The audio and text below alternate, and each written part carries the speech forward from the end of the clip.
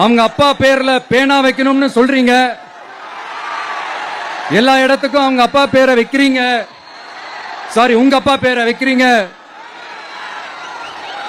ஆனா உங்க அப்பா பிறந்த இந்த திருவாரூர் மாவட்டத்தில் ஒரு அடிப்படை சாலை வசதி கூட சரியா இல்லையா சார்?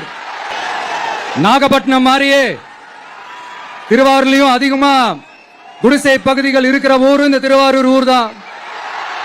நல்லா ஓட வேண்டிய தமிழ்நாடு என்ற தேர நாலா பக்கமும் கட்டைய போட்டு ஆடாம அசையாம அப்படியே நிப்பாட்டிட்டாரு.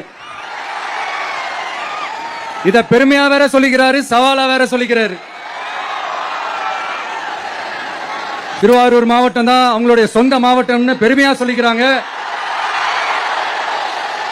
ஆனா இங்க திருவாரூர் கருவாடா காயுது, அதை கண்டுக்கவே மாட்டேன்றாங்க.